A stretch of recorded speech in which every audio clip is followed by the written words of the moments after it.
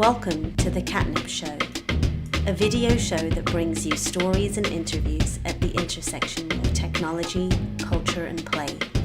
I am your host, Jyoti Patel, principal of Spill LLC, where we create playful workshop experiences to disrupt the status quo. On today's show, social equity and the future of education. Welcome to the CTNIP Show, everybody. Super excited for my guest today, Sara Murdock, who is a social impact educational specialist. And I'm super thrilled to have you here today, Sara. Thank you for being here. Thank you. I'm excited to be here. So for the benefit of our audience today, please tell us who you are and what you do. Absolutely. So as Jyoti just mentioned, I am indeed a social impact education specialist. How did I get such an unusual title? I have a PhD in social equity within cultural exchange and international education. And as part of that, I looked at a lot of case studies as well as a lot of theory.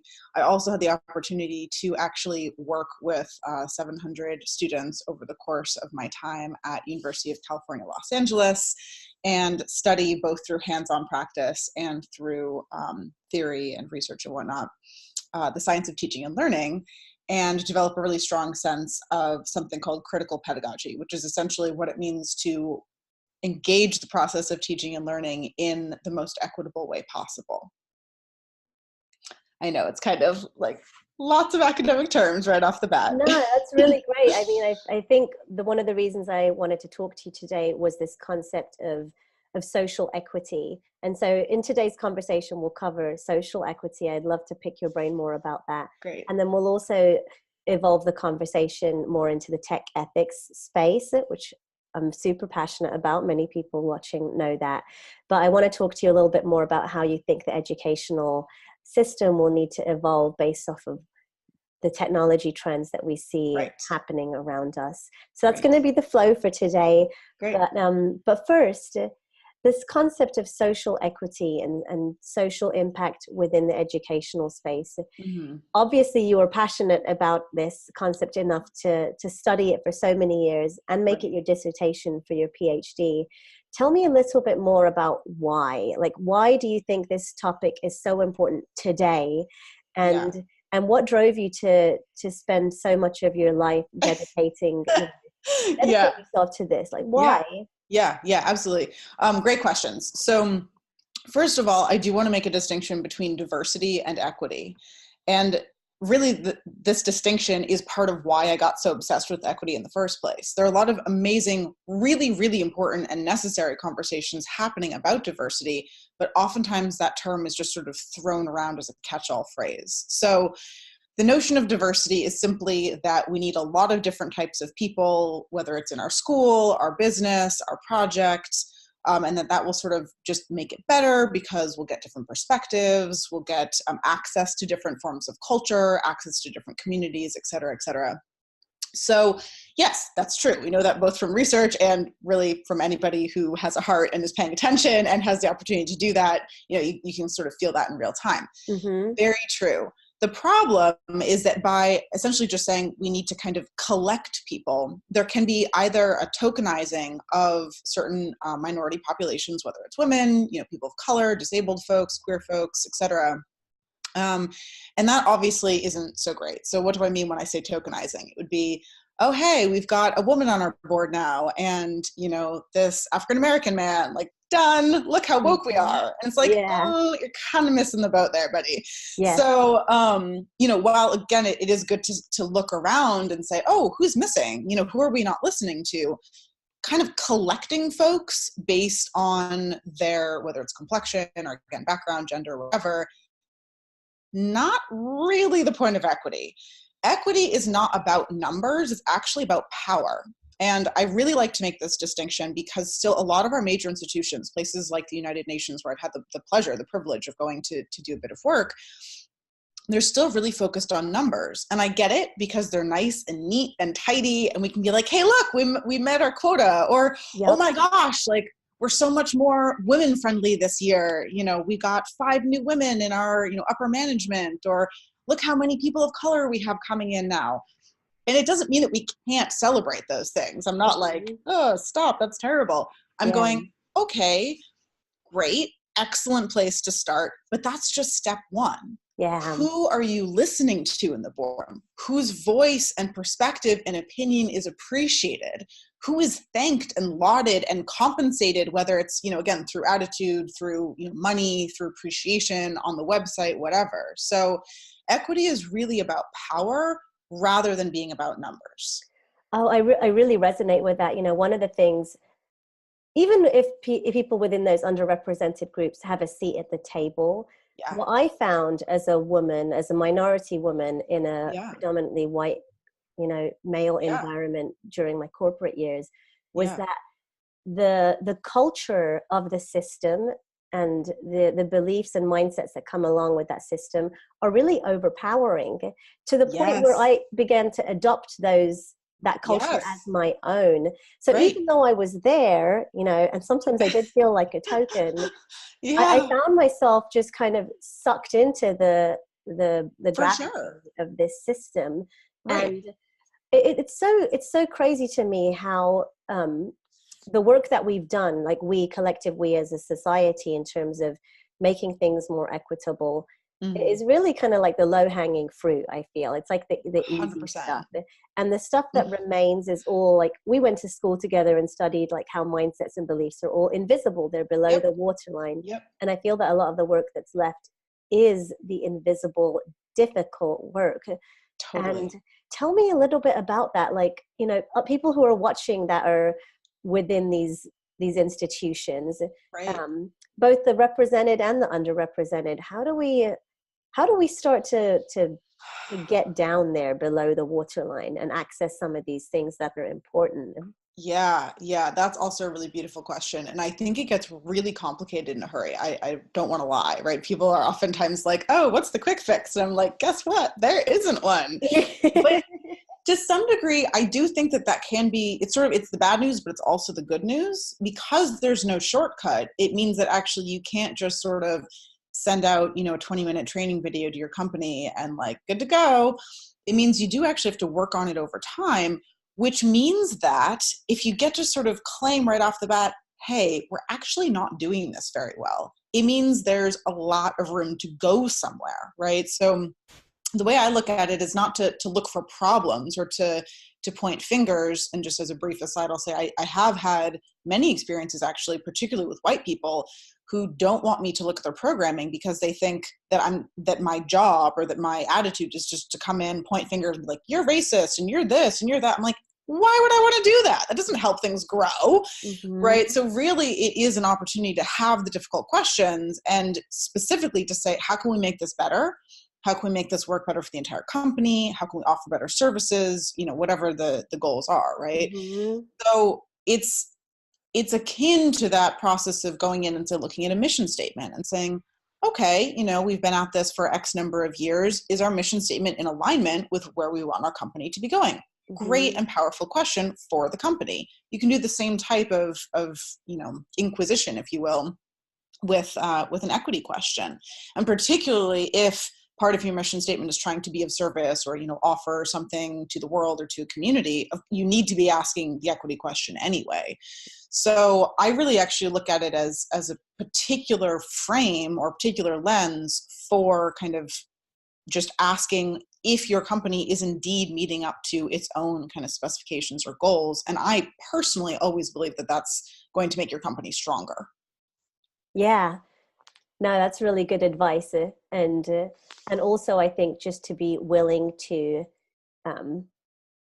empathize, you know, with, I think it's always more challenging when you're part of the underrepresented group to speak up.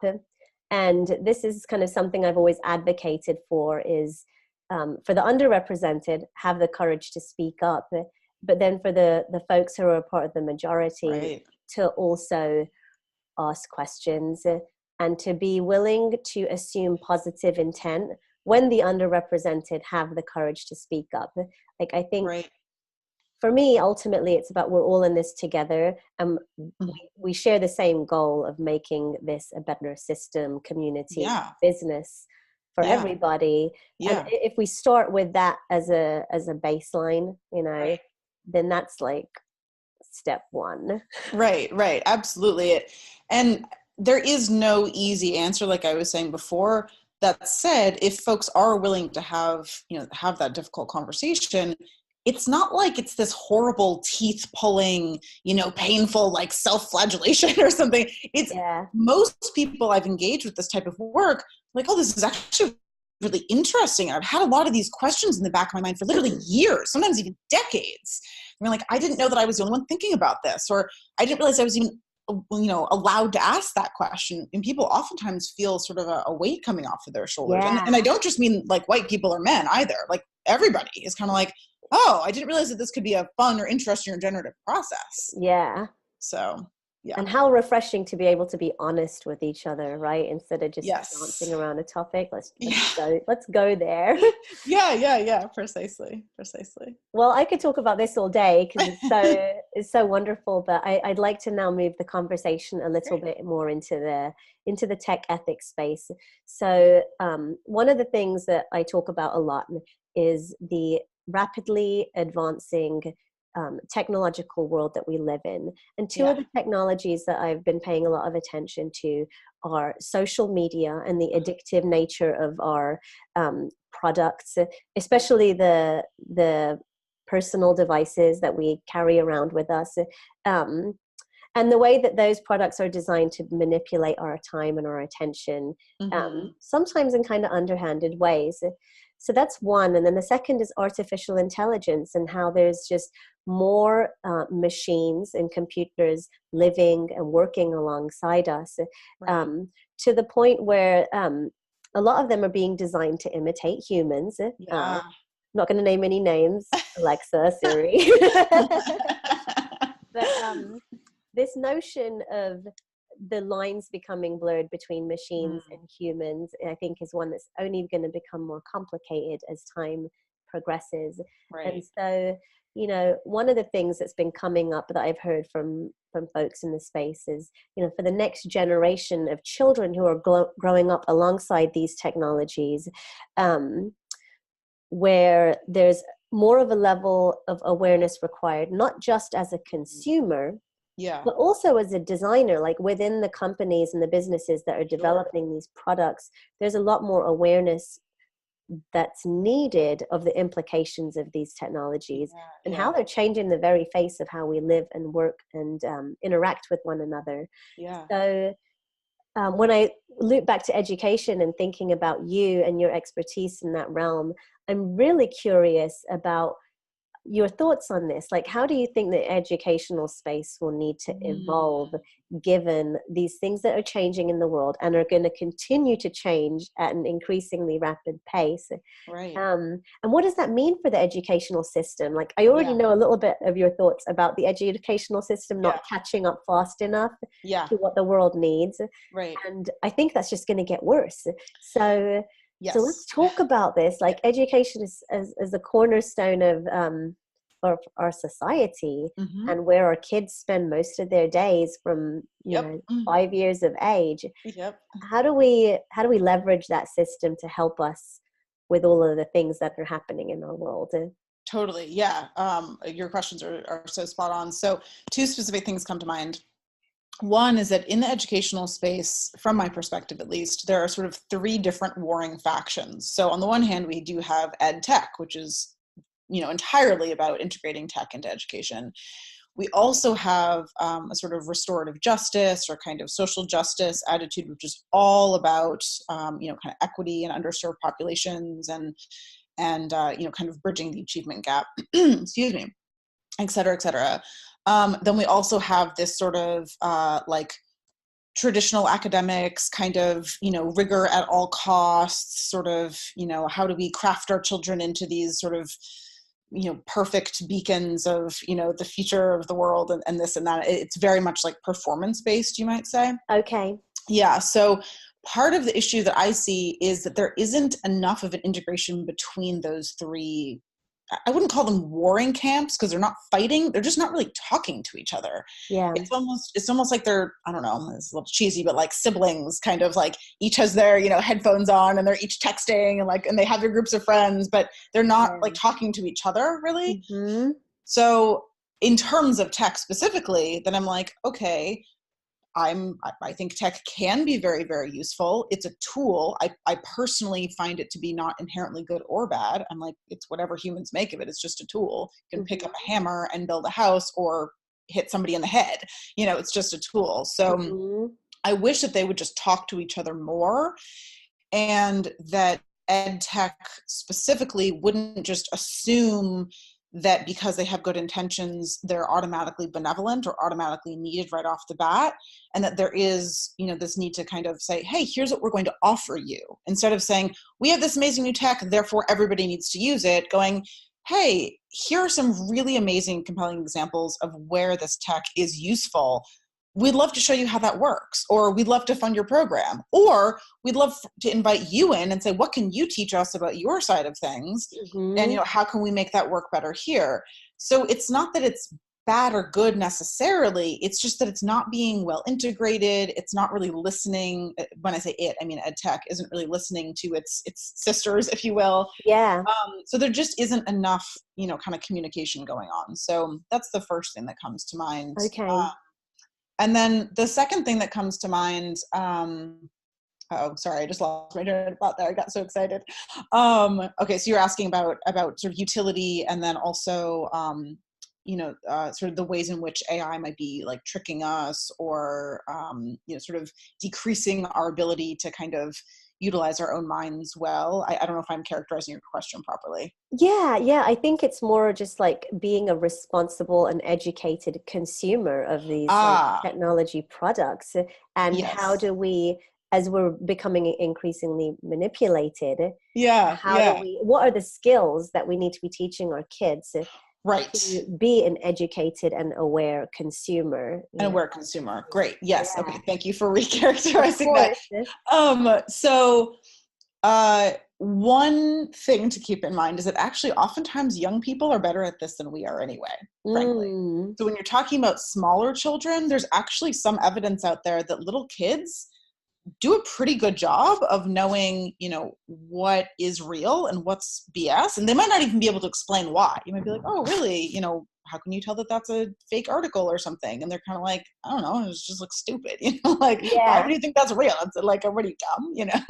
Their intuition, huh? Because they're sort of more fluent to some degree than those of us who, I think you and I might be a year apart or something, where, those of us in this mid-30s range, it's like, we feel like we're tech fluent, but we didn't actually grow up with it. No. Not really. We sort of learned it. Yeah. Yep. So there is some evidence that folks who, it's just infiltrated the brain from day one, that they actually have a certain understanding that us older folks don't. I don't, I can't pretend that I know what the implication of that is on a larger scale, what that will mean in 25 years. But I'm curious about that, because it might mean that some of our sort of alarm is actually not appreciating that young people are smart, and that they often have a really like developed sense of what's good for them or what they need or don't need. And we're the ones over here wringing our hands and like, oh my God, the children. And they're like, what? I mean, obviously that's fake. Obviously that's real.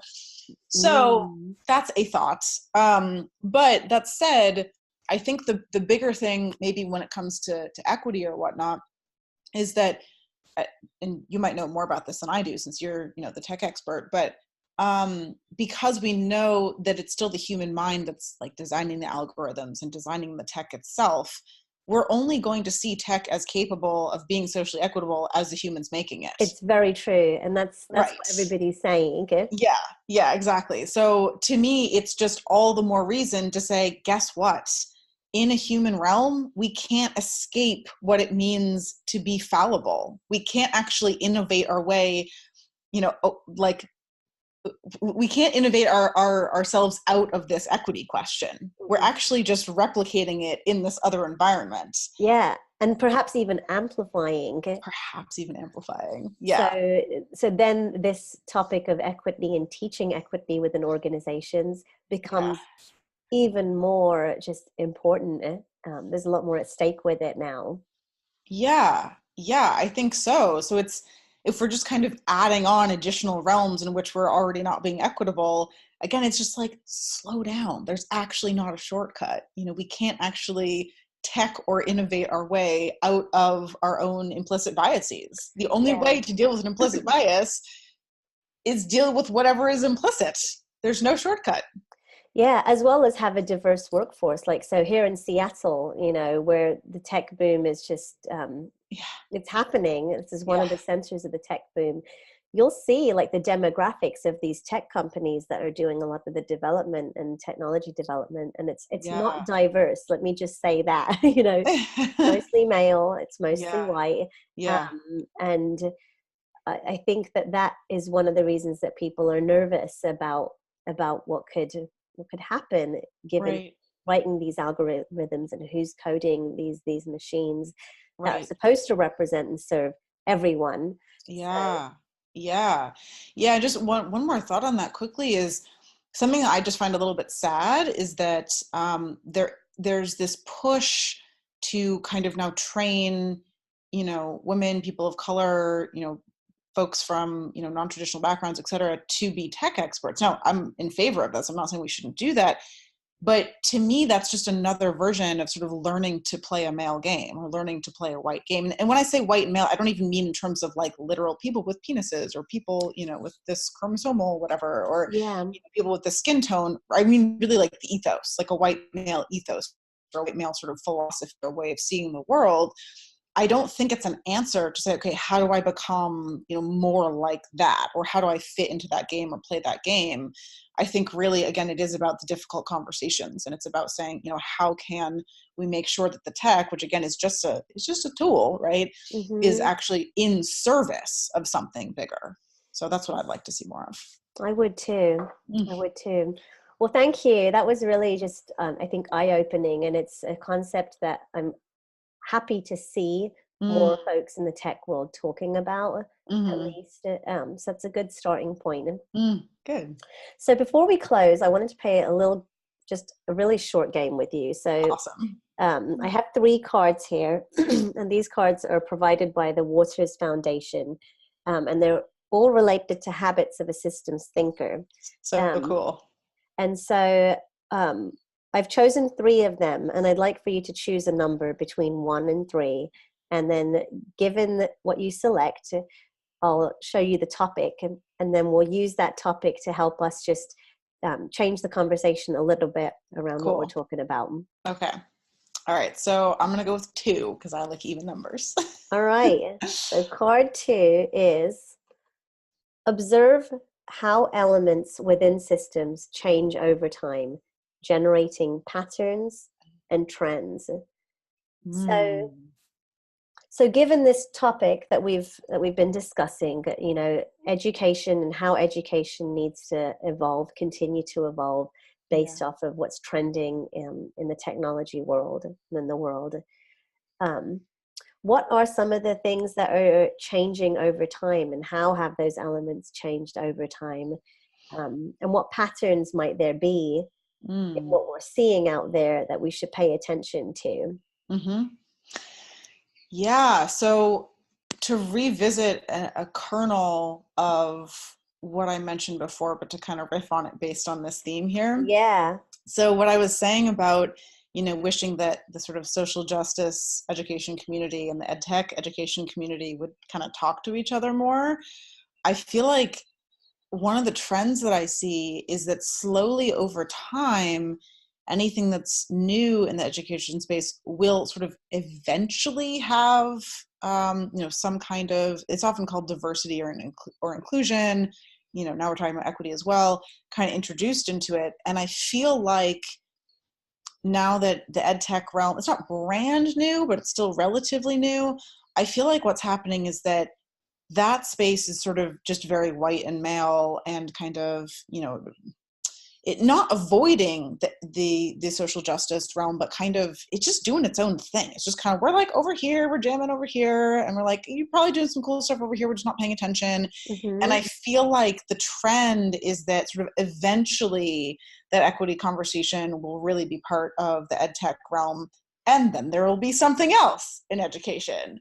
And it's sort of, I guess I'm just highlighting this because it strikes me as unfortunate that they're not talking to each other more and they're not more integrated with one another, because then there wouldn't be this lag of sort of like, oh, right, we're 25 years in, and I guess now we should like consider people of color, and not just in a sort of behind the scenes coding type of way. Yes, again, that's important, but not as the only thing, but the thought leaders and the folks who are like out there making it happen. So there's another card that I actually kind of what I've seen. Want to show. Yeah, do it. Why not? Delays. Where are they? I love it. It's the short and long-term consequences of actions. Right? And I think that that's what you're saying, is that there's going to be a delay. This lack of appropriate collaboration between these factions within the educational system means there'll be a delay. And, I think more than ever, what you spoke about reminds me that solutions to some of these large-scale systemic problems lies at the intersection of different groups and specialties working together. I don't think any of us are going to come up with solutions to these wicked problems in isolation. And so collaboration itself across boundaries is another kind of key competency or skill that we'll need to nurture to get there. 100%. And again, when I say male and white, I don't even mean in a literal like phenotypic sense. I really just mean worldview, which is something that you brought up before. It's really just about the perspective. So I love that way of putting it. It's like we just have to bring all the different perspectives together. Doesn't matter if it gets funky, that's okay. It's part of the process. So the work that's left is the hardest. So that's so human, right? It's like we save the hard part for last, but it's also the most rewarding. So, it is.